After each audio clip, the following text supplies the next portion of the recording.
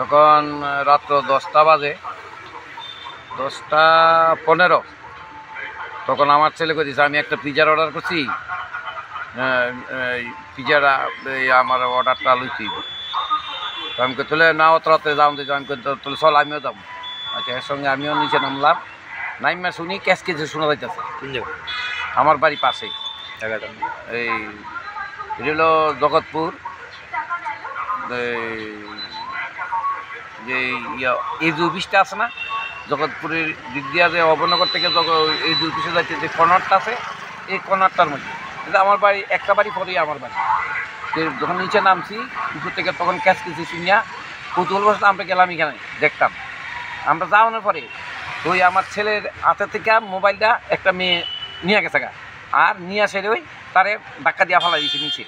তারপর আমি আমার ছেলের টাইনা তুললা যথারীতি তারে কই আসে মোবাইলটা লইলাম। আমরা যখন আয়া পড়তাছি বাড়ির দিকে, এখানে কোনো কিছু হয়, তখন আমি কিছু হয়েছে যাওয়া হয়েছে।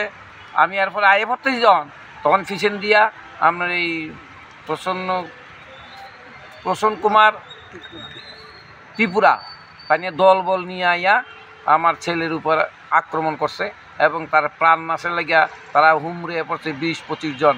তারা বাসাতে গিয়ে আমিও অনেক কিলঘুষি খাইছি।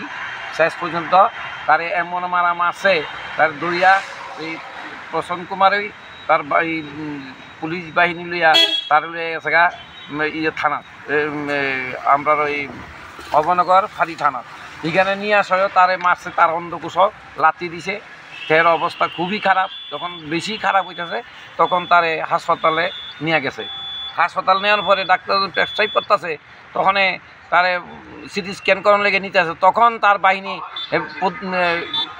সহ এই প্রসন্ন কুমার আবার তার উপরে হামলা করছে।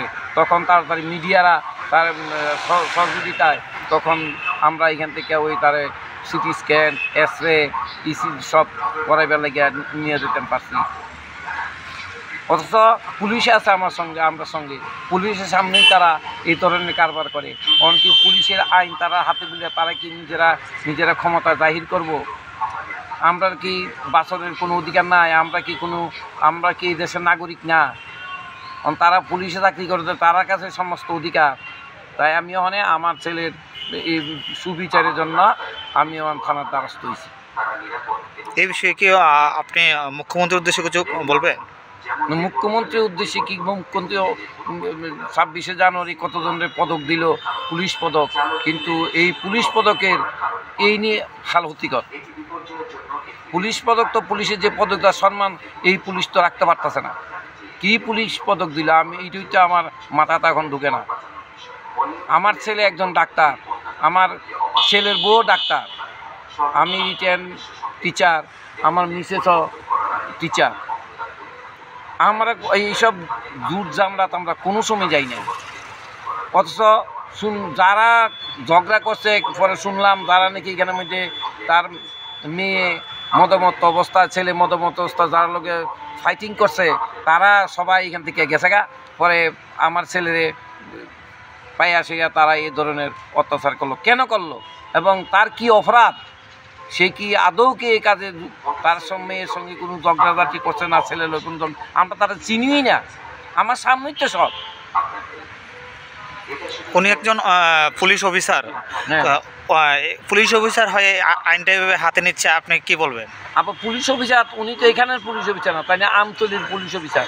তো এখানে এই থানার মধ্যে থাকিয়া সেরা এই আমরা আউটপোস্টে থাকিয়া তাই নিয়ে আইন অর্ডার করতেছে, এই দ্বারা দেন, এই দ্বারা দেন। আমাদের ভিডিওর ফুটেজও একটা আছে, তাই নিয়ে এসপির সামনে বই আসে, তাই নিয়ে এসপিরে কয় আপনি এই দ্বারা দেন, এই দ্বারা দেন। তারা এখানে কি ধারা দিত তার নামে ওখানে একটা কেস করছে। কি কেস করছে তা আমরা জানি না।